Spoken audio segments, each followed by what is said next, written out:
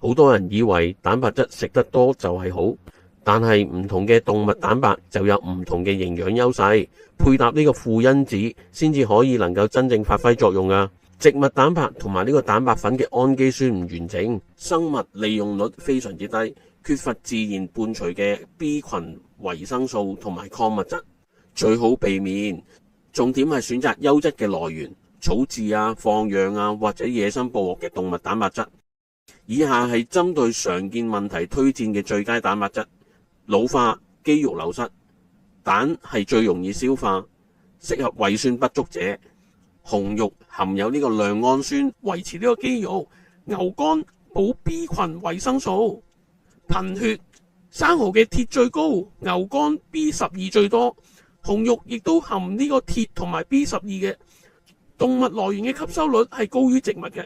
骨質疏鬆，高脂魚好似呢個三文魚提供維生素 D 同埋 Omega 3，支持呢個骨骼健康。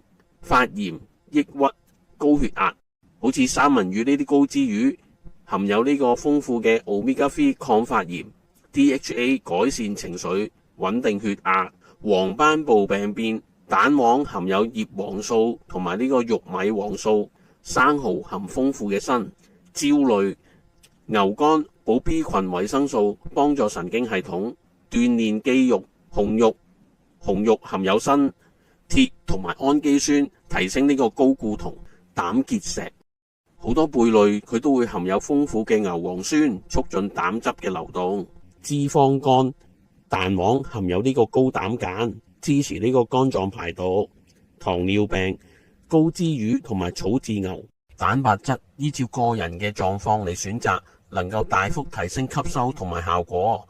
老人家就先補胃酸，之後再食紅肉。野生嘅魚係比呢個養殖魚好。建議每週多樣化，蛋啊、魚啊、紅肉、貝類、牛肝，搭配呢個低碳飲食同埋間歇性嘅斷食，健康就會明顯改善㗎啦。但係記得先諮詢你嘅醫生啊，尤其食緊藥嘅